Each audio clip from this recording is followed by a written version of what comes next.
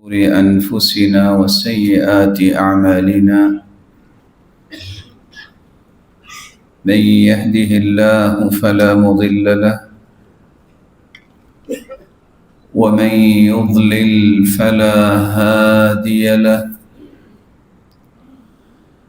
وأشهد أن لا إله إلا الله وحده لا شريك له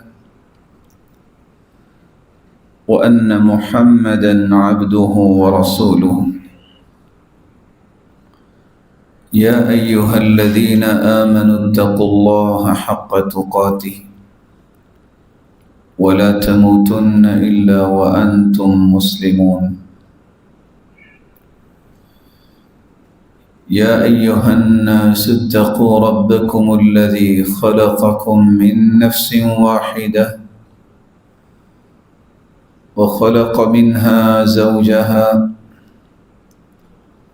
وبث منهما رجالا كثيرا ونساء واتقوا الله الذي تساءلون به والأرحام إن الله كان عليكم رقيبا يا أيها الذين آمنوا اتقوا الله وقولوا قولا سديدا يصلح لكم أعمالكم ويغفر لكم ذنوبكم ومن يطع الله ورسوله فقد فاز فوزا عظيما أما بعد فأعوذ بالله من الشيطان الرجيم واذكروا إذ أنتم قليل مستضعفون في الأرض تخافون أن يتخطفكم الناس فآواكم وأيدكم بنصره ورزقكم من الطيبات لعلكم تشكرون اللہ ذوالجلال کا بے پناہ احسان ہے جس نے ہمیں مسلمان بنایا اور ہماری رشد و ہدایت کے لیے نوشتہ ہدایت قرآن مجید کو اتارا، پھر اس قرآن کی روشنی میں تربیت اور تزکیہ کرنے کے لیے مربی اور ہادی و مرشد محمد رسول اللہ صلی اللہ علیہ وسلم کو بنایا، جن ہستیوں نے آپ صلی اللہ علیہ وسلم کی رفاقت کو پسند کیا، اللہ عز و جلال نے قیامت تک آنے والی انسانیت کے لیے ان صحابہ کرام کو نمونہ اور آئیڈیل بنایا، بلکہ ان کے ایمان کو تمام مسلمانوں کے لیے پیمانہ اور مقیاس اور میزان قرار دیا، جن اصول و ضوابط سے ان صحابہ کرام کی تربیت کی گئی، ان میں سے ایک اصول یہ تھا کہ شریعت کے دی گئے پیمانے کو اپنا پیمانہ سمجھتے تھے، وہ کسی چیز کا فکر یا نظریہ اپنی من مرضی سے پیش نہیں کرتے تھے، وہ شریعت کی طرف سے مقرر کیے گئے واضح کیے گئے پیمانوں کو اپنی زندگی کے پیمانے بناتے تھے۔ ان نظریات اور افکار اور پیمانوں میں سے ایک نظریہ حریت کا ہے، آزادی کا۔ عربی زبان میں حریت آزادی کو بھی کہتے ہیں، خود مختاری کو بھی کہتے ہیں، اور پھر ہر قسم کی رذیل صفت سے اپنے آپ کو الگ کر لینے کو بھی حریت عربی زبان میں کہا گیا، بلکہ حریت کا ایک چوتھا معنی بھی بیان کیا گیا ہے، کسی چیز کو عمدہ بنانا اور اس کی اصلاح کرنا۔ عربی زبان میں ایک لفظ بولا جاتا ہے حرر الولد، فلاں شخص نے اپنے بچے کو آزادی دی۔ اس کا معنی کیا لکھا جاتا ہے کہ اللہ ذوالجلال کی خوشنودی، عبادات اور مسجد کی خدمت کے لیے اس شخص نے اپنے بیٹے کو خاص کر دیا۔ تو آزادی کا ایک مفہوم وہ ہے جو شریعت نے پیش کیا ہے، آزادی کا ایک مفہوم آج معاشرہ پیش کرتا ہے۔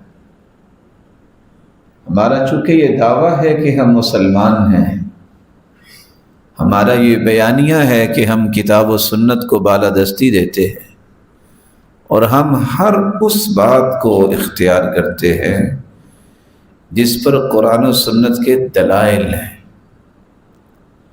دلائل و براہین، اس کے بغیر کسی بات کو تسلیم کرنا یہ مسلمان کا کام نہیں ہوتا۔ مسلمان کا کام یہ ہے کہ اس کے رب نے کیا حکم دیا اسے، اور اس رب کے محبوب نے کیا صحابہ کرام کو سمجھایا۔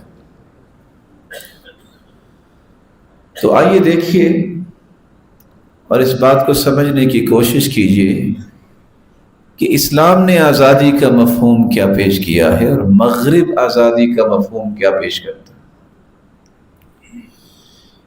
اسلام نے آزادی کا مفہوم یہ دیا ہے کہ معاشرے کے ہر فرد کو یہ اختیار ہونا چاہیے کہ وہ اپنے معاملات کو، اپنی عبادات کو بغیر کسی زور زبردستی اپنی من مرضی سے پورا کرنے میں خوشی محسوس کرے۔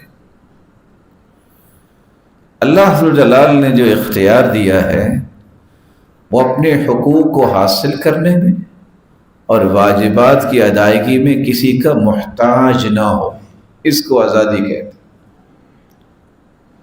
اس وطن عزیز جو ایک بہت بڑی نعمت ہے، اور آپ ان لوگوں سے پوچھئے جن کے پاس کوئی آزاد وطن نہیں، کہ یہاں آپ کو نماز پڑھنے میں کوئی پابندی نہیں، آپ روزہ رکھتے ہیں، آپ دینی کام کرتے ہیں، آپ حج پہ عمرے پہ جاتے ہیں، الغرض دینی امور کو بجا لانے کے لیے آپ پہ کوئی پابندی نہیں ہے۔ یہ ہر شخص کی اب اپنا ایک اختیار ہے کہ وہ ان پابندیوں کے بغیر جو کچھ کر سکتا ہے وہ کتنا کچھ کر سکتا ہے۔ اس کے باوجود بھی لوگ نماز نہیں پڑھتے، اس کے باوجود بھی لوگ جو ہے روزہ رکھنے میں کتراتے نظر آتے ہیں۔ یہ ان کی محرومی ہے، اس میں اللہ نے جو ان کو انعام دے رکھا ہے یہ اس کی ناقدری بھی ہے۔ قرآن مجید نے اس لیے کہا ہے وَاذْكُرُوا إِذْ أَنْتُمْ قَلِيلٌ، یاد کرو اس وقت کو جب تم بہت تھوڑے تھے۔ اللہ ذوالجلال نے ساتھ یہ بھی فرمایا کہ مستضعف ہو، تم کمزور تھے، تخافون ان یتخطفکم الناس، اس خوف اور ڈر میں تھے کہ لوگ تمہیں اچک لیں گے، فآواکم، اللہ نے تمہیں جگہ دے دی، وأیدکم بنصرہ، اور اللہ ذوالجلال نے صرف جگہ ہی نہیں دی، اس کو آباد کرنے، اس کی حفاظت کرنے کی مدد بھی کی، تمہیں طاقت سے بھی نوازا۔ وَرَزَقَكُم مِّنَ الطَّيِّبَاتِ لَعَلَّكُمْ تَشْكُرُونَ، اور دسیوں اور سینکڑوں نعمتوں سے بھی نوازا تھا کہ تم شکر گزاری کرو۔ مغرب کی آزادی اور اسلام کی آزادی میں یہ فرق ہے۔ مغرب کے یہاں آزادی کا مفہوم یہ ہے کہ ایک انسان بغیر کسی اصول اور ضابطے کے جو چاہے اعتقاد رکھے، جو چاہے عمل کرے، اسے کوئی پوچھے گا نہیں۔ خیر چونکہ وہ نان بلیورز ہیں، بلیورز کا تو یہ آزادی کا مفہوم نہیں، اس لیے مغرب سے یہ فکر آئی ہے کہ میں جو چاہوں اپنا عقیدہ بناؤں، جو چاہوں اپنا نظریہ بناؤں، یہ اسلام کا نظریہ نہیں۔ اسلام کا تو معنی یہ ہے اذ قال له ربه اسلم قال اسلمت لرب العالمین۔ ابراہیم علیہ السلام کو اللہ نے فرمایا کہ مطیع ہو جاؤ، انہوں نے کہا میں مطیع ہو گیا۔ یہ ہے مسلمانوں کا رویہ کہ اللہ کے مطیع بن کے، اس کے رسول کے محب اور مطیع اور متبع بن کے زندگی گزارنا، اور اس زندگی میں کوئی رکاوٹ نہ ہونا، یہ آزادی ہے۔ یہی وجہ ہے کہ آج مغرب سے متاثر ہو کر وہ دانشگاہیں جہاں علم اور فن اور دانش اور معرفت دی جاتی ہے، کالجز اور یونیورسٹیز، وہاں کچھ لوگ متاثر ہوتے ہیں مغرب سے، کہتے ہیں میں اپنے ڈیسیژنز خود لیتا ہوں، اس لیے میں نہیں مانتا نعوذ باللہ کو رب ہے کہ نہیں ہے۔ یہ مسلمانوں کی آزادی نہیں، کافروں کی آزادی۔ ملحدین، دہریے، اللہ ذوالجلال کی ذات کا انکار کرنے والے، اس کی صفات کا انکار کرنے والے، آزادی کا یہ مفہوم انہوں نے کافروں سے لیا ہے، مسلمانوں کے ہاں یہ آزادی کا مفہوم ہے۔ اسلام نے کچھ مدارج طے کیے ہیں کہ روئے زمین پہ جتنے انسان ہیں، اگر یہ سارے کے سارے صحابہ بن جائے تو کسی ایک نبی کی شان کو نہیں پہنچ سکتے۔ حالانکہ صحابہ 1,44,000 تھے۔ اسی طرح اگر یہ سارے کے سارے اگر تابعی بن جائے تو کسی ایک صحابی کی شان کو نہیں پہنچ سکتے۔ اسی طرح یہ سارے کے سارے لوگ تبع تابعی بن جائے تو ایک تابعی کی شان کو نہیں پہنچ سکتے۔ یہ مدارج اللہ کے رسول نے طے کیے ہیں، خیر القرون قرنی ثم الذین یلونہم ثم الذین یلونہم۔ لوگوں سب سے بہترین روئے زمین پہ وہ لوگ ہیں جن کو صحابہ کہا جاتا ہے، پھر تابعین، پھر تبع تابعین۔ تعجب کی بات تو یہ ہے کہ 950 سال کوئی عبادت اور ریاضت میں لگا دے، اس ایک گھڑی کا مقابلہ ایمان اور اجر کے اعتبار سے نہیں ہو سکتا جو کسی بھی صحابی نے اللہ کے رسول کے ساتھ گزاری۔ مغرب کیا کہتا ہے؟ اس کے نزدیک دنیا جہان کا نیک اور دنیا جہان کا بدبخت اور خبیث دونوں برابر ہیں۔ یہ آزادی کا مفہوم ان کے نزدیک ہے، اسلام کے ہاں نہیں۔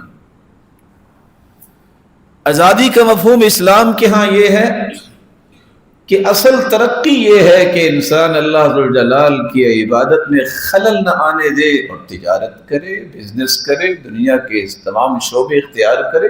صحابہ نے بزنس بھی کیا، صحابہ کرام نے جہاد بھی کیا، حکومتیں بھی کی، سیاست بھی کی، لیکن باٹم لائن جو ہے دین میں خلل نہیں آنے دی۔ صف اول کے تاجر تھے عبد الرحمن ابن عوف رضی اللہ تعالی عنہ، لیکن صف اول کے نمازی بھی تھے۔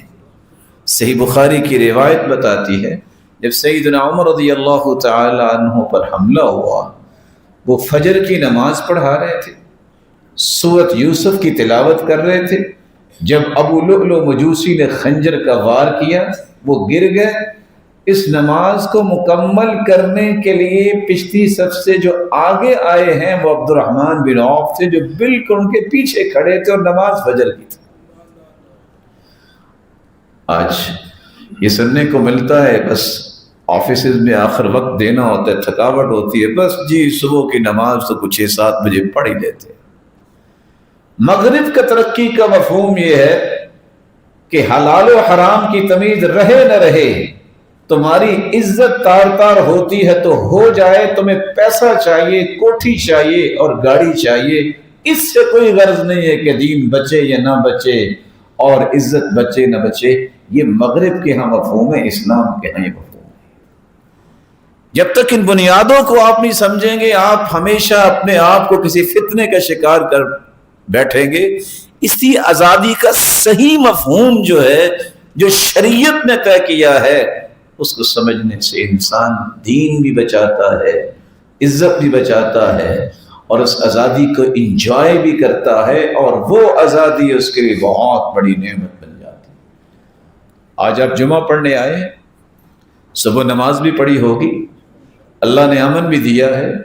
اس بات کا بھی آپ کو شکر کرنا چاہیے اور دعا کرنی چاہیے کہ اللہ ذو الجلال اس وطن عزیز میں امن کو قائم رکھے، اور ہر وہ شخص جو امن کو تہبالہ کرنا چاہتا ہے اس کو ہدایت دے، نہیں تو اسے اپنے پاس بلا لے. اور یہاں ایک جملہ میں مسائل کو شروع کرنے سے پہلے آپ کی خدمت میں پیش کر دوں، جو شاید زندگی کے کسی بھی وقت آپ کے کام آئے گا، جو آپ کو کبھی گرنے نہیں دے گا. وطن لا نحمیہ لا نستحق ان نعیش فیہ. جس وطن کی، جس میں عبادات کی آزادی ہے، عقائد اللہ ذو جلال کے متعلق اور نیکی کرنے کی آزادی ہے، اس وطن کی اگر ہم حفاظت نہیں کر سکتے تو اس وطن میں ہمیں رہنے کا کوئی حق حاصل نہیں. اور ایسے ہی لوگوں کو غدار کہا جاتا ہے جو اپنے ہی گھر کے دشمن ہوتے ہیں، ان کو کبھی دوست نہیں کہا جاتا. اس لیے اللہ ذو الجلال سے دعا کیجئے کہ اللہ ذو الجلال ہر قسم کے فتنے باز اور ہر قسم کے فسادیوں سے مسلمانوں کو اور مسلمانوں کے اوطان کو اپنی حفاظت میں رکھے.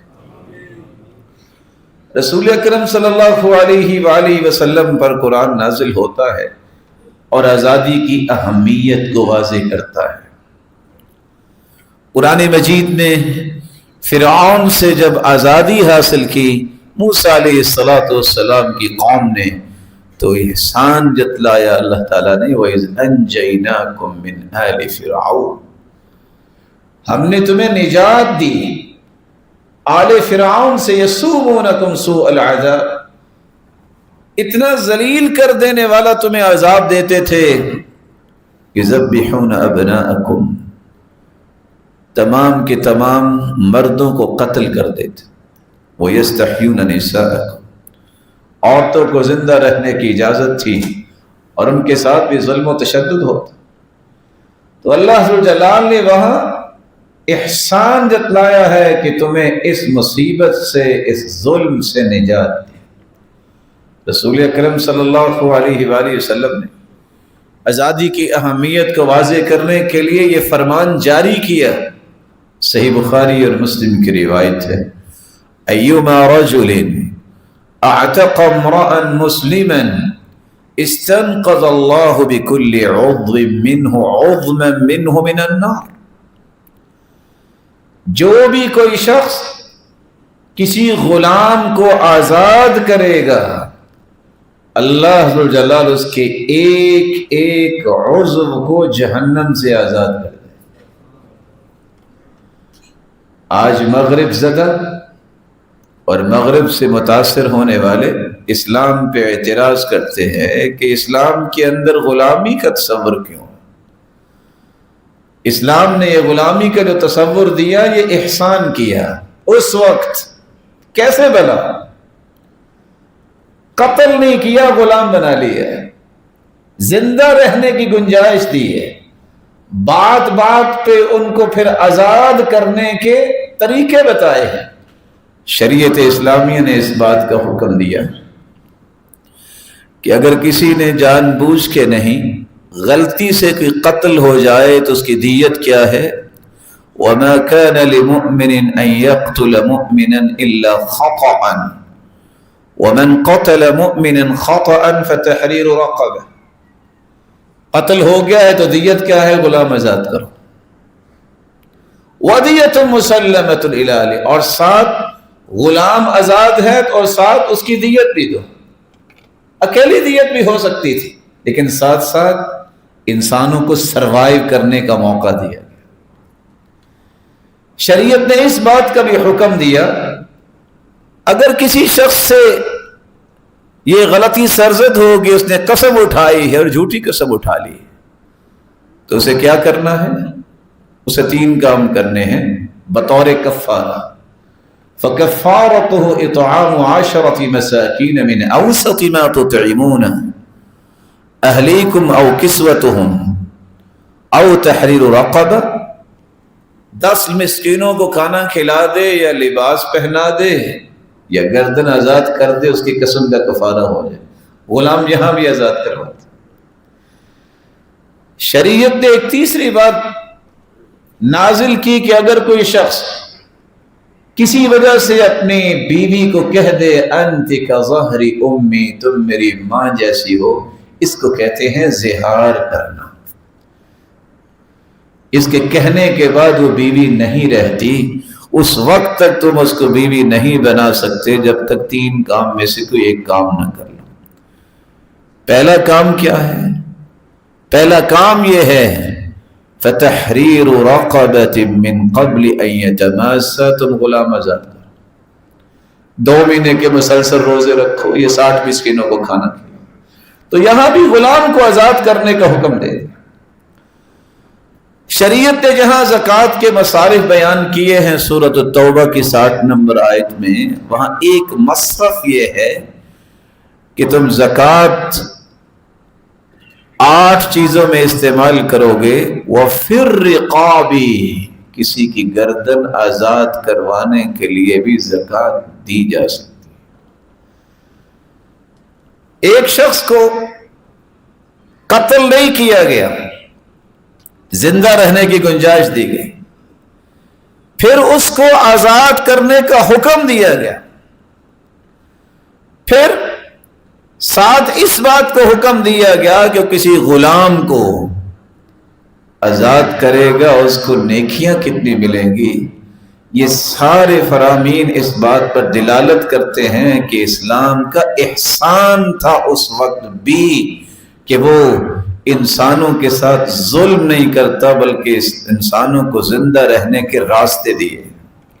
رسول اکرم صلی اللہ علیہ وآلہ وسلم نے تو یہاں تک فرمایا ہر شخص نیکی کرتا ہے اسے ایک نیکی کا ایک درجہ ملتا ہے، لیکن 3 ایسے کام ہیں کہ اس کو دگنا اجر ملے گا. کوئی غیر مسلم ہے اس کو مسلمان بنائے، ادب سکھائے، آزاد کرے اور شادی کرے، اس کو دگنا اجر ملے. رسول اکرم صلی اللہ علیہ وآلہ وسلم نے جس آزادی کی بات کی ہے، آزادی ہوتی ہی شریعت کے 5 مقاصد کو پورا کرنے کے لیے. غور کیجئے گا، مقاصد شریعت، شریعت کا مقصد کیا ہے؟ 5 چیزوں کی حفاظت. اور یہاں بیٹھنے والوں کو یہ سمجھنا چاہیے کہ شریعت کا نفاذ کسی بھی معاشرے میں ضروری کیوں ہے. شریعت یہ کہتی ہے کہ آزادی کا مفہوم یہ ہے کہ آپ کے 5 مقصد پورے ہونے چاہیے. پہلا مقصد حفظ دین، آپ کے دین کی حفاظت ہونی چاہیے. اس لیے حدیث کی الفاظ ہے من بدل دینہ فاقتلوہ. صحیح بخاری کی روایت ہے مسلمان ہے اگر وہ مرتد ہو جائے تو حاکم وقت کی ذمہ داری ہے اس کی گردن اڑا دے. دین کی حفاظت یہ بہت ضروری. وَقَاتِلُوهُمْ حَتَّى لَا تَكُونَ فِتْنَةٌ وَيَكُونَ الدِّينُ كُلُّهُ لِلَّهِ. اگر کوئی اسلامی حکومت میں خلفشاری پیدا کرتا ہے اور کفر کی طرف جاتا ہے، جب تک خالص دین نہیں ہو جائے گا اس سے حکمران بالا لڑائی کریں گے. یہ رد الفساد اسی لیے ہوتا ہے. آپ معاشرے میں سکون سے رہیں، کسی کو کیا پریشانی؟ پریشانی یہ ہے کہ آپ سے نہ کسی کا دین محفوظ نہ کسی کی جان محفوظ. تو یہ حکومت وقت کی ذمہ داری بنتی ہے کہ وہ امن کو تہوالا ہونے والوں کو سبق سکھائیں. رسول اکرم صلی اللہ علیہ وسلم نے تو یہاں تک فرما دیا من اتاکم وامرکم جمیعا علی رجل واحد یرید ان یشق عصاکم. امت جمع ہے ایک بندے پہ، ایک آدمی آ کے اس اجتماعیت کو پارا پارا کرنا چاہتا ہے. صحیح مسلم کی روایت، آپ حیران ہو جائیں گے شریعت کتنی امن پسند ہے. ان یفرق جماعتکم فاقتلوا، اگر کوئی ایسا کوئی قدم اٹھاتا ہے تو اس کو منطقی انجام تک پہنچانا بھی ذمہ داری پھر بن جاتی ہے۔ تو شریعت کا مقصد یہ ہے، آزادی یہ ہے آپ کے دین کی حفاظت، اس پہ قدغن نہیں آنی چاہیے، اس پہ کمپرومائز نہیں ہونا چاہیے۔ دوسری ذمہ داری شریعت نے دی ہے، مقصد شریعت ہے کہ آپ کی جان کی حفاظت، اس لیے قرآن مجید نے یہ اصول پیش کیا، کتب علیکم القصاص فی القتل، اگر کوئی قتل کرے گا تو اس کے بدلے میں اسے قتل کیا جائے گا۔ آپ کی جان کی حفاظت نہیں ہوگی آپ کوئی کام نہیں کر سکتے۔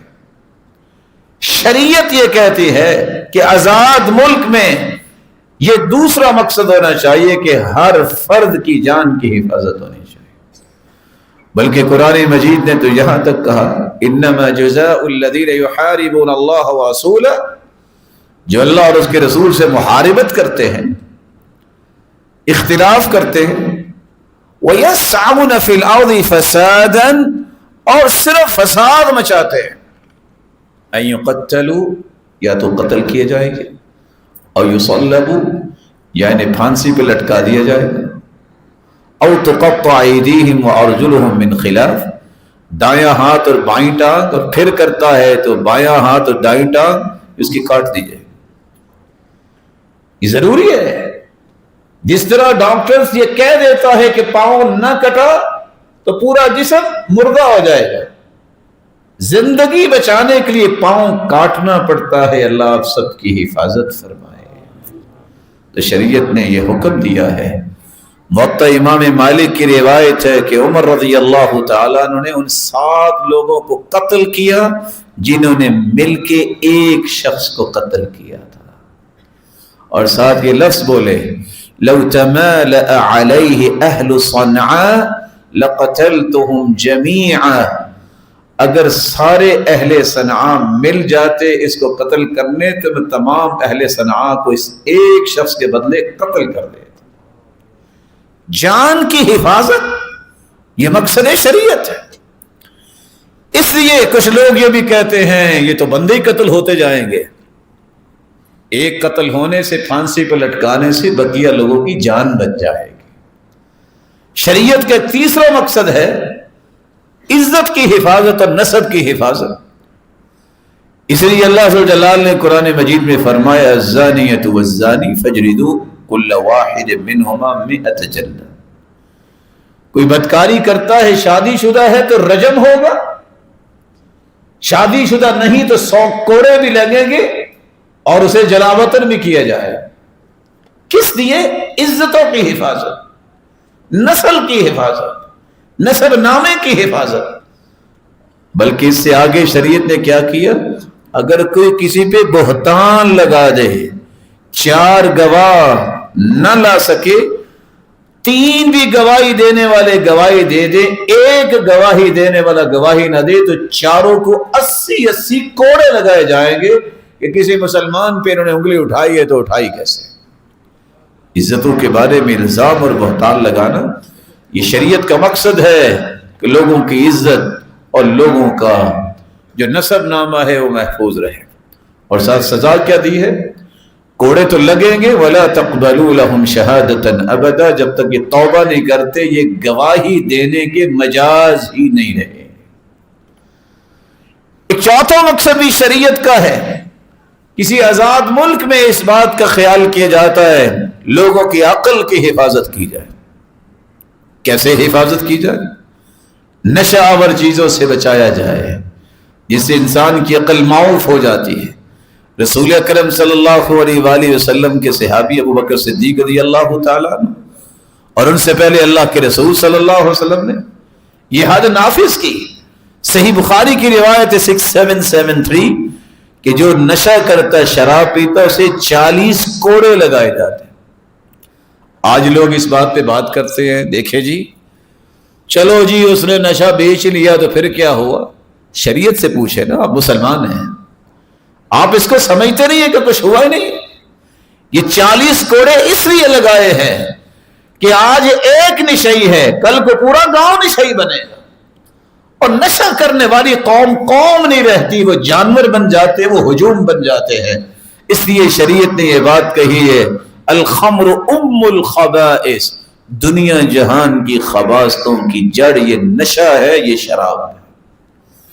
اور دوسری روایت کے الفاظ، جب انسان نشے میں ہوتا ہے، یقع علی امہ و اختہ و بنتہ و خالتہ، اس کو کوئی پرواہ نہیں رہتی ہے، ظالم اپنی والدہ، بیٹی، بہن اور بیوی اور اپنی خالہ میں کوئی فرق نہیں سمجھتا۔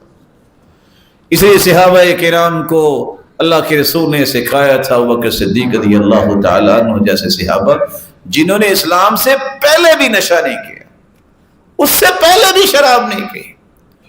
یہ شریعت کا چوتھا مقصد ہے جس کو رسول اللہ صلی اللہ علیہ وسلم نے بیان کیا، اور جامع ترمذی کی روایت آپ سنیں، آپ حیران رہ جائیں۔ ایک مرتبہ شراب پیے گا کوڑے لگیں گے، 2-3 مرتبہ، چوتھی مرتبہ اگر کرے تو حکمران یہ سمجھتا ہے تو فقتلوہ، اس کی گردن بھی اڑا سکتا ہے۔ اور آج ایسے ایسے نشے سامنے آگے، ہمیں تو نام بھی نہیں آتا۔ اللہ تعالیٰ ہم کو، آپ سب کو اور آپ کی نسلوں کو بھی اس مصیبت سے ہمیشہ کے لیے محفوظ رکھے۔ پانچواں مقصد جو کسی آزاد ملک میں ہوتا ہے، کسی کے مال کی حفاظت کرنا۔ شریعت نے اس کا حکم دیا، والسارق والسارقۃ فاقطعوا ایدیہما جزاء بما کسبا نکالا من اللہ۔ جو چوری کرے گا، کسی کے خون پسینے کا مال ہے، اس کا ہاتھ کٹے گا۔ کچھ لوگ کہتے ہیں اچھا ہم سارے لوگوں کے ہاتھ کاٹیں گے چوروں کے تو یہ تو ٹنڈے بن جائیں گے۔ ایک ہاتھ کٹے گا، آپ 1000 گھر کو چوری سے بچا پائیں گے۔ یہ شریعت نے آرڈر دیا ہے، اس کا کوئی مقصد ہے لوگوں کے مال لوٹ لینا، لوگوں کے مال کی حفاظت ہی نہ رہے تو یہ آزادی کا مفہوم نہیں ہوتا۔ اس لیے رسول اللہ صلی اللہ علیہ وسلم نے فرمایا، تقطع الید فی ربع دینار فصاعدا، دینار کا چوتھائی حصہ اور تھوڑا سا زیادہ، اتنی کوئی اگر چوری کرتا ہے تو اس کا ہاتھ کاٹا جائے۔ آج کل کے اعشاری نظام میں دیکھیں تو 4 ماشے اور 4 رتی، یہ تقریباً 4037 گرام بنتا ہے سونا۔ اگر اتنا کچھ چوری کر لیتا ہے تو حاکم وقت اس کا ہاتھ کاٹ سکتا ہے۔ اور آج کل کے اعتبار سے 33,430 روپیز اگر کچھ چراتا ہے تو اس کا ہاتھ کاٹ دیا جائے۔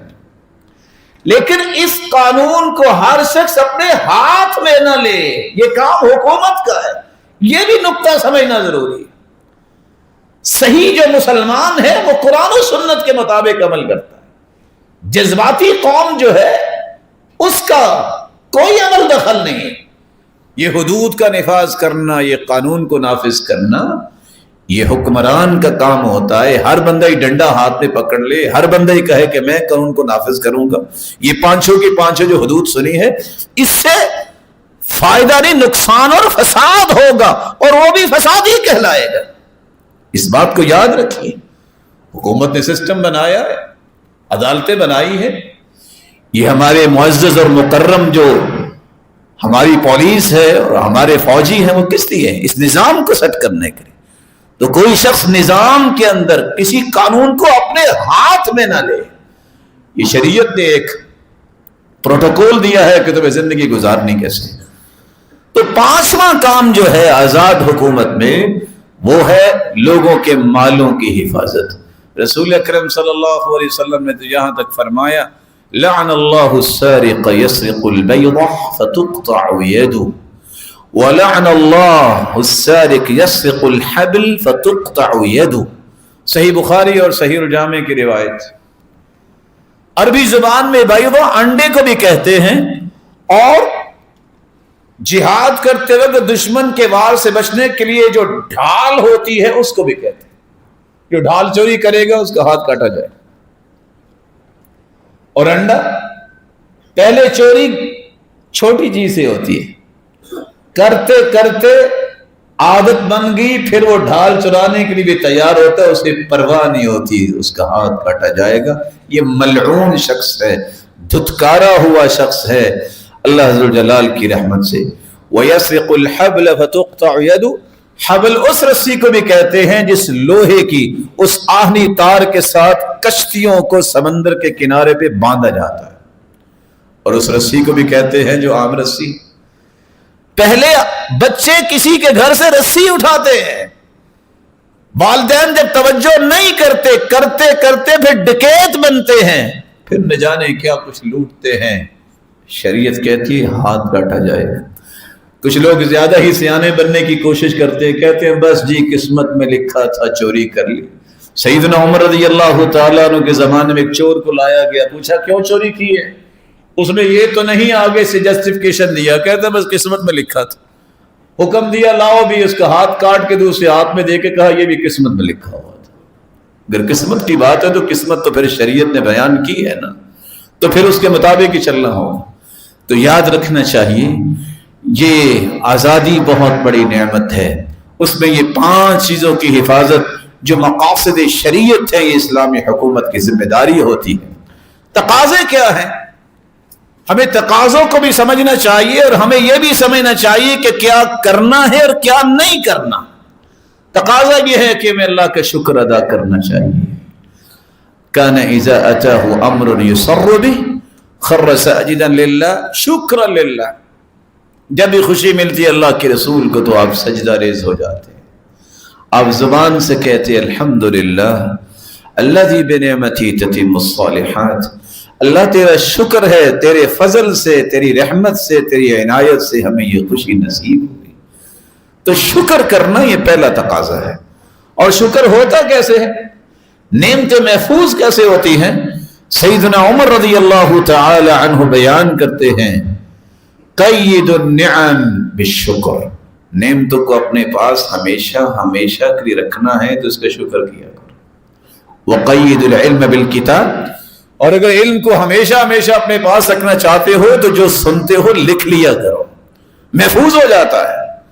رسول اکرم صلی اللہ علیہ وآلہ وسلم سے سیدہ عائشہ رضی اللہ تعالی عنہ نے پوچھا، صحیح بخاری اور مسلم کی روایت ہے، اللہ کے پیارے پیغمبر آپ جیسا تو اللہ نے پیدا ہی نہیں کیا، آپ کا تو کوئی گناہ ہی نہیں ہے، آپ بھی اتنی تہجد پڑھتے ہیں کہ آپ کے پاؤں اور آپ کے ورم آ جاتا ہے اور آپ کی پنڈلیاں بھی سوج جاتی ہیں. جواب سنیے گا. کہا اگر مجھے اللہ نے پوری کائنات سے اعلیٰ بنایا ہے افلا احب ان اکون عبدا شکورا، تو میرا شکر بھی تو پوری کائنات سے اعلیٰ ہی ہونا چاہیے.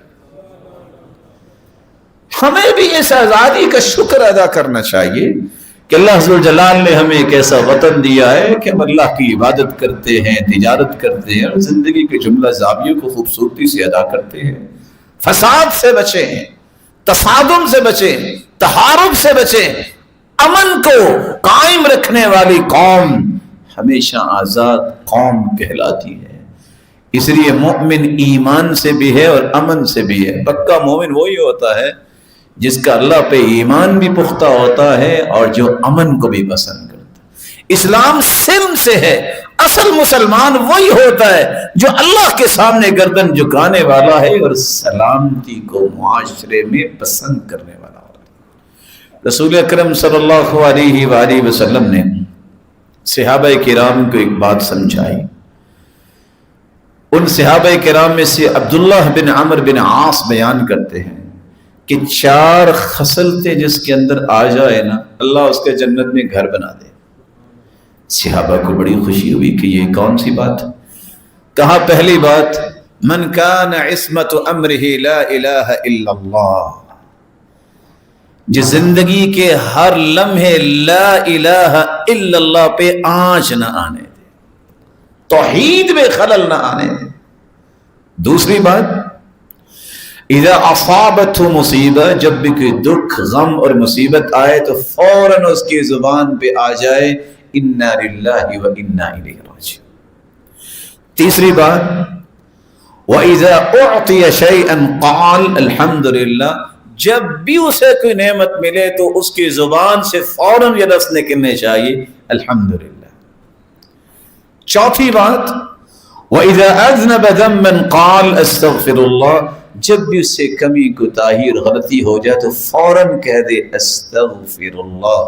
دیکھیں یہ 4 جملے ہیں، لا الہ الا اللہ، انا للہ و انا الیہ راجعون، الحمدللہ، استغفر اللہ. اس کے کہنے سے کتنا وقت لگے گا، اللہ جنت میں گھر بنا دیتے. رسول اللہ صلی اللہ علیہ وآلہ وسلم کے دین کو سمجھنے والے ایسے ہی تھے۔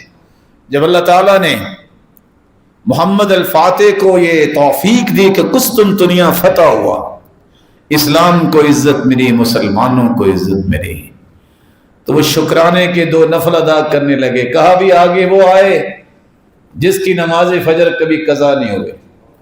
سب لوگ خاموش۔ محمد الفاتح جس کی 22 سال عمر تھی، نوجوان بیٹھے ہیں، یہ ٹک ٹاک پہ آنے کے تو بڑے شوقین ہیں۔ 22 سالہ محمد الفاتح نے قسطنطنیہ کو فتح کیا تھا، عمر صرف 22 سال تھی۔ گھٹنے ٹیکنے پہ مجبور کیا تھا پورے یورپ کو۔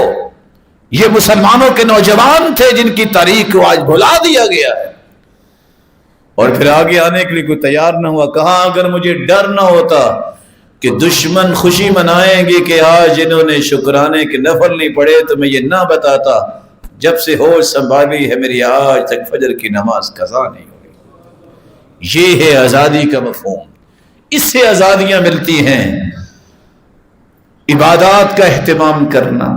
رسول اکرم صلی اللہ علیہ وآلہ وسلم نے جب فتح مکہ کیا ہے تو کیا کیا؟ 8 رکعتیں چاش سے وقت پڑھی، جس کو آج بھی ہم چاش کی نماز 2 بھی پڑھ سکتے ہیں، 4 بھی پڑھ سکتے ہیں، 6 بھی، 8 بھی۔ اور ام ہانی رضی اللہ تعالی عنہ کے گھر 8 رکعتیں پڑھی، جیسا کہ صحیح بخاری کی روایت۔ اور حدیث میں آتا ہے جو شخص 4 رکعتیں صبح یہ پڑھ لیتا ہے سارا دن اللہ سے کافی ہو جاتا ہے۔ رسول اکرم صلی اللہ علیہ وسلم نے یہ بھی بیان کیا کہ تقاضا یہ ہے کہ آپ خوشی سے روزہ رکھیں۔ صحیح بخاری کی روایت ہے کہ جب فرعونیوں سے موسیٰ علیہ السلام کی قوم کو اللہ نے آزاد کیا تو یہودی یہ 10 محرم کو روزہ رکھا کرتے تھے۔ جب مدینہ میں آئے تو اللہ کے رسول نے پوچھا کہ یہ روزہ کیوں رکھتے ہیں؟ کہ جب موسیٰ علیہ السلام کو اللہ ذو جلال نے فرعون سے آزاد کیا تو اللہ کے رسول صلی اللہ علیہ وسلم نے کیا فرمایا؟ فَأَنَا أَحَقُّ بِمُوسَى مِنْكُمْ، موسیٰ بھی نبی، میں بھی نبی، اور میرا بھائی ہے تو ہم بھی یہ رکھا کریں۔ پھر آپ نے آخری سال فرمایا اگر میں زندہ رہا تو 9 کا بھی رکھوں گا، لیکن اللہ کے پاس سے رہے گا۔ تو تقاضا یہ ہے کہ آپ اللہ کی عبادت میں آگے بڑھیں۔ آزادی تو اس لیے ملی ہے۔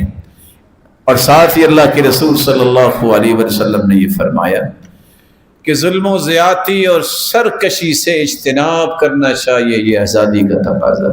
یہ آزادی کا کوئی معنی نہیں ہے کہ آپ کسی پہ ظلم کریں، زیادتی کریں، سرکشی کریں، کیونکہ اللہ جلال قرآن مجید میں فرماتے ہیں یا بنی اسرائیل قد انجیناکم من عدوکم وواعدناکم جانب الطور الأيمن ونزلنا عليكم المن والسلوى كلوا من طيبات ما رزقناكم ولا تطغوا فيه فيحل عليكم غضبي ومن يحلل عليه غضبي فقد هوى۔ اے بنی اسرائیل تمہیں آزادی تو میں نے دے دی ہے، خوش ہو جاؤ، تمہیں من و سلوہ بھی عطا کیا ہے، اب تم زیادتیاں نہ کرنا۔ یہ بنی اسرائیل کو اللہ جلال فرمایا ظلم نہ کرنا۔ اگر تم نے اس خوشی میں آ کے اس ظلم پہ اتر آئے فَيَحِلَّ عَلَيْكُمْ غَضَبِي، میرا غضب جو ہے تم پہ آئے گا اور تم برباد ہو جاؤ گے۔ اس لیے ظلم و زیادتی کرنا، سرکشی کرنا، یہ آزاد قوم کا کام نہیں ہے۔ آزاد لوگ جو ہیں لوگ ان چیزوں سے بچتے ہیں کیونکہ وہ شریعت سے رہنمائی لیتے ہیں۔ اور ایک بات، آزادی کا تقاضا یہ ہے کہ دعا بھی کرنی چاہیے۔ رسول اکرم صلی اللہ علیہ وآلہ وسلم کے بارے میں صحیح بخاری کی روایت، اللہ کے رسول نے فرمایا، ان سے کہا کہ تم دروازے سے داخل ہو جاؤ، وَقُولُوا حِطَّةٌ، اور کہو یا اللہ ہمیں معاف کر دے جو ہم سے کمی کوتاہی ہوئی۔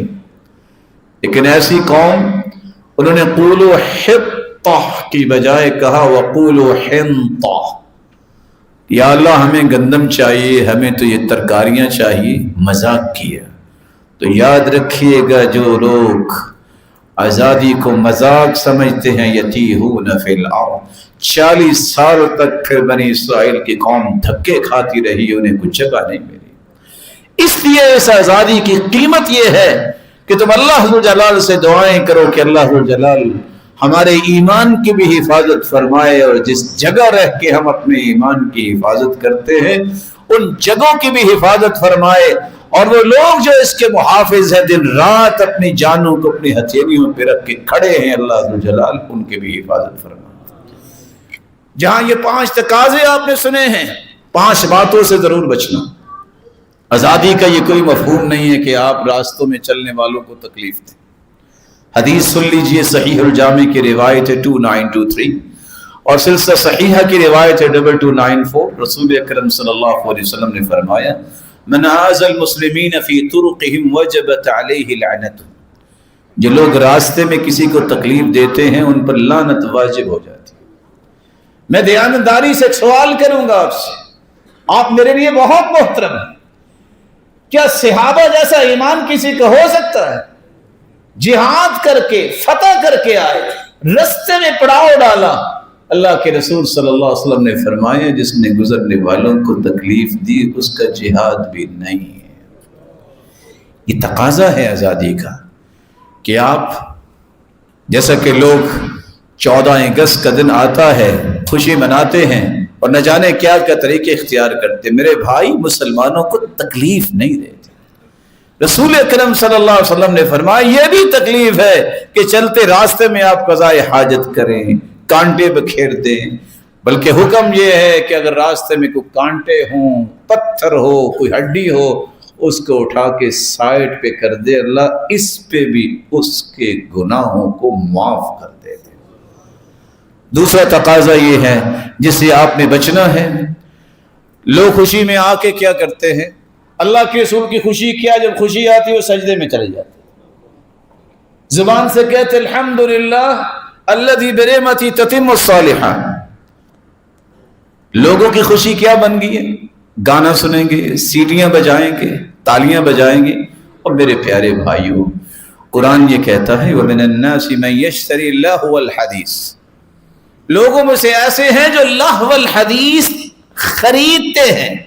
سیدنا عبداللہ ابن مسعود قسم اٹھا کے کہتے ہیں الغنا واللہ الذی لا الہ الا ہو، یہ گانا، اس کی آواز کو خریدنا، اس پہ پیسہ لگانا، یہ وہی لوگ ہیں جن کا تذکرہ قرآن میں آیا ہے، بلکہ حدیث کے الفاظ ہیں۔ قرآن مجید میں اللہ جلال نے فرمایا مکاءً وتصدیہ وما كان صلاتهم عند البیت الا مکاءً وتصدیہ، یہ کافروں کا طریقہ ہے کہ وہ اللہ کے گھروں مسجدوں کے قریب آ کے سیٹیاں مارتے ہیں اور ساتھ تالیاں بجاتے ہیں۔ مسلمانوں کا یہ کام نہیں، وہ تو خوش ہوتے ہیں کہ یا اللہ تیرا شکر الحمدللہ۔ اتنا بڑا ترازو قیامت کو لگے گا کہ اگر 7 آسمان اور 7 زمینیں ایک پلڑے میں رکھ دیے جائیں تو ایک پلڑا بھرے گا نہیں، لیکن اگر آپ خوشی سے کہہ دیں الحمدللہ یا اللہ تیرا شکر ہے، تو ترازو کے دونوں پلڑے آپ کے لیے نیکیوں سے لبالب بھر جائیں گے۔ تو ہمیں پھر گانے سننے چاہیے یا اللہ کا شکر کرنا چاہیے؟ ہمیں تو الحمدللہ کہنا چاہیے۔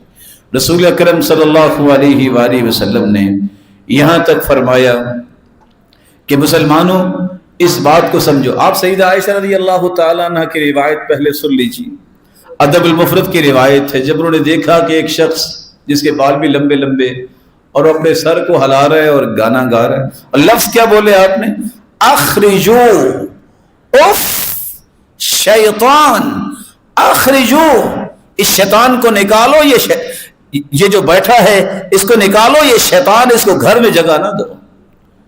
رسول اکرم صلی اللہ علیہ وسلم نے تو یہ فرمایا۔ اور اگلی بات جو اس سے بھی بڑی ہے، ایک وقت آنے والا ہے، ایک فقیر آئے گا کسی سے مانگنے کے لیے، لوگ لہو و لعب میں رات پڑے ہوں، کہیں گے کر لانا۔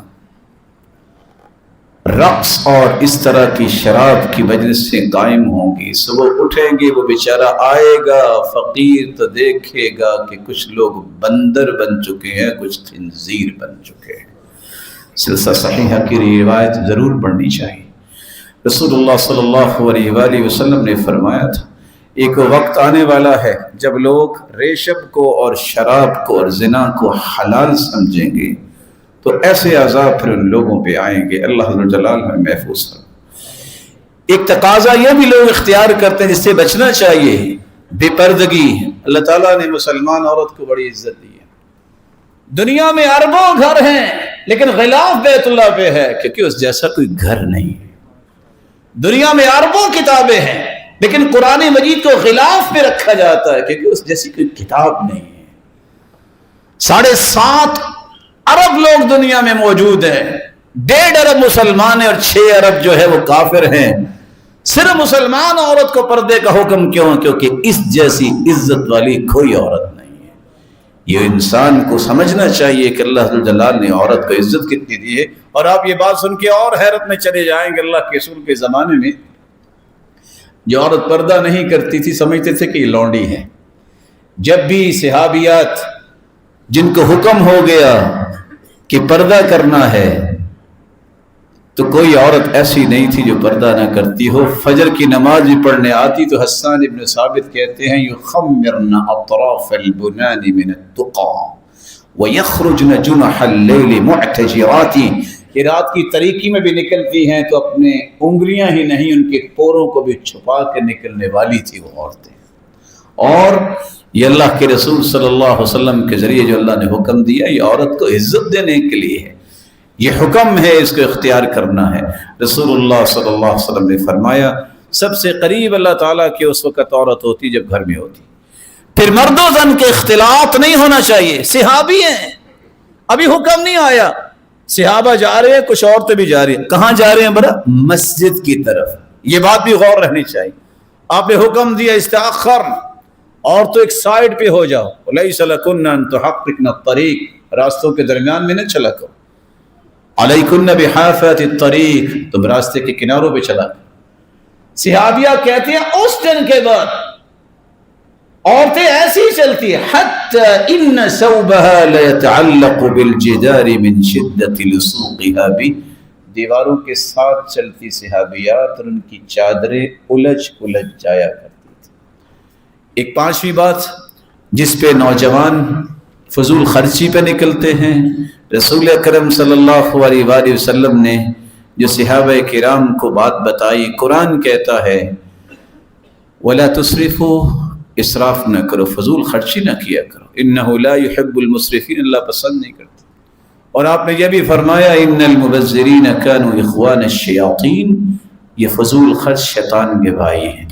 شراب نوشی کی آپ نے بات سنی، گالی گلوچ کرنا، فحش گوئی کرنا، مذاق کرنا، حدیث میں آتا ہے ان الفحش والتفاحش لیس من الاسلام، یہ فحش گوئی کرنا اور اس طرح کی باتوں کو رواج دینا یہ اسلام میں سے نہیں ہے، بلکہ آپ نے فرمایا سباب المسلم کالمشرف علی الہلکہ، جو کسی کو گالی دیتا ہے وہ تو ہلاکت کے کنارے پہ ہے، کسی وقت بھی گر سکتا ہے۔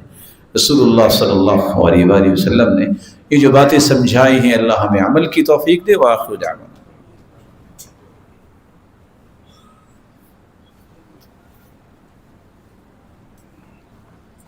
الحمد للہ علی احسانہ والشکر لہ علی توفیقہ وامتنانہ، اما بعد۔ اللہ عز و جلال کا شکر کرنا چاہیے جس نے ہمیں آزاد بنایا، اور یہ دعا کرنی چاہیے کہ اللہ عز و جلال اس نعمت کا شکر ادا کرنے کے ساتھ ساتھ توفیق دے کہ ہم اس کی حفاظت بھی کریں۔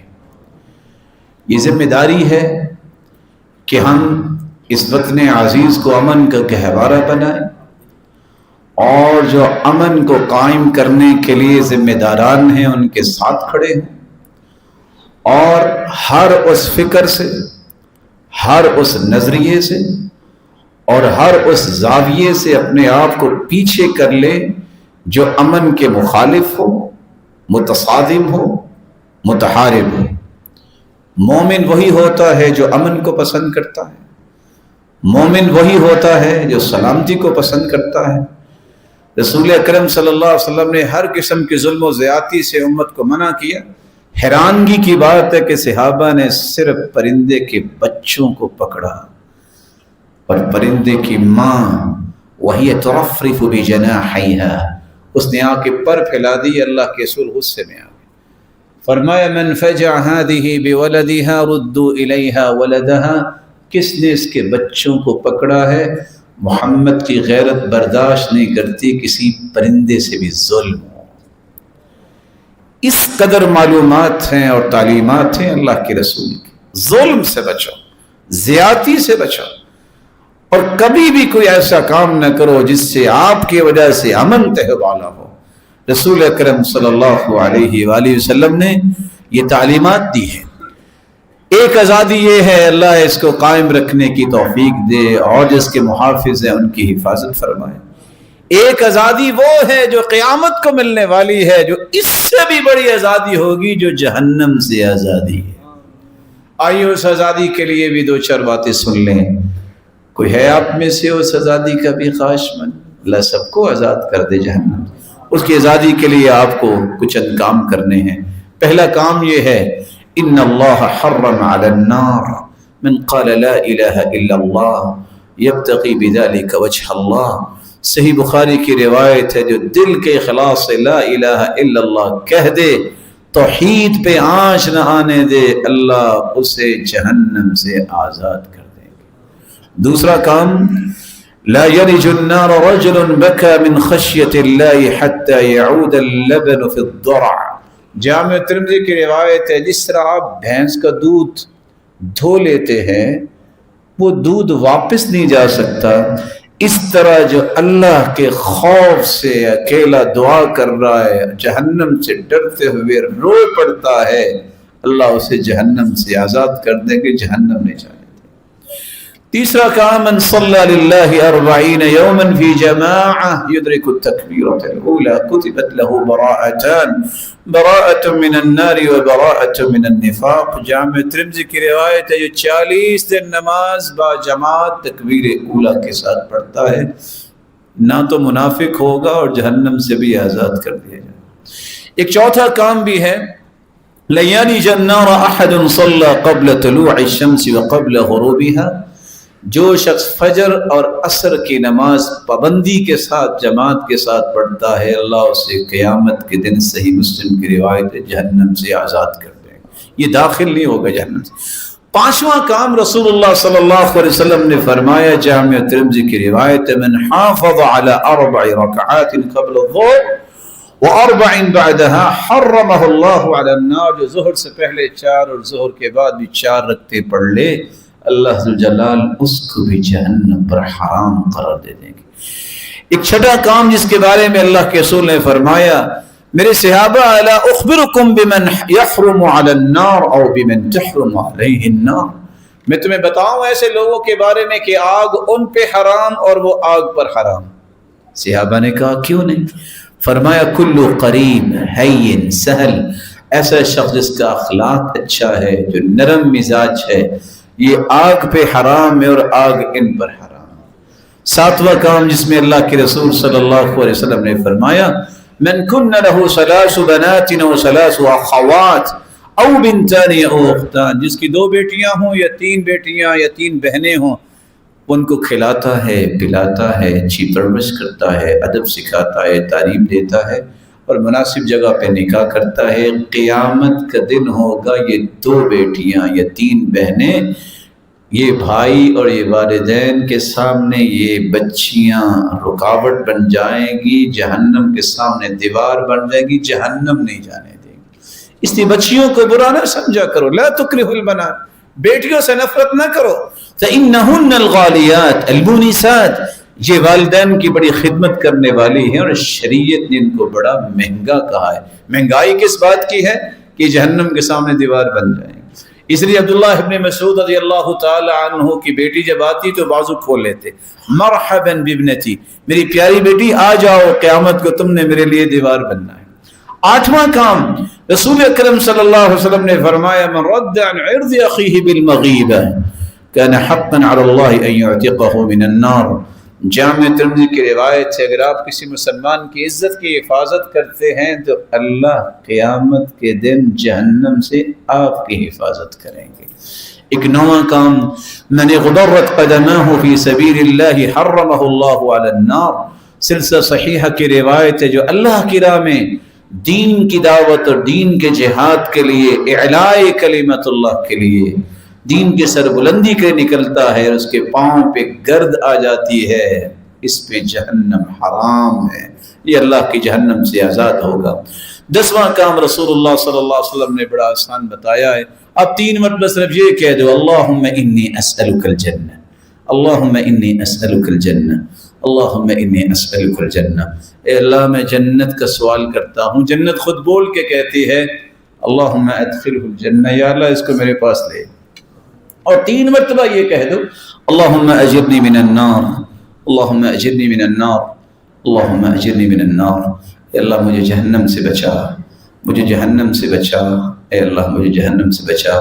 جہنم خود بول کے کہتی یا اللہ اس کو میرے پاس نہ لانا۔ اللہ ذوالجلال سے دعا ہے اللہ ذوالجلال دنیا کی اس آزادی کو نعمت سمجھنے کی توفیق دے اور قیامت کے دن جہنم سے بھی آزاد فرمائے۔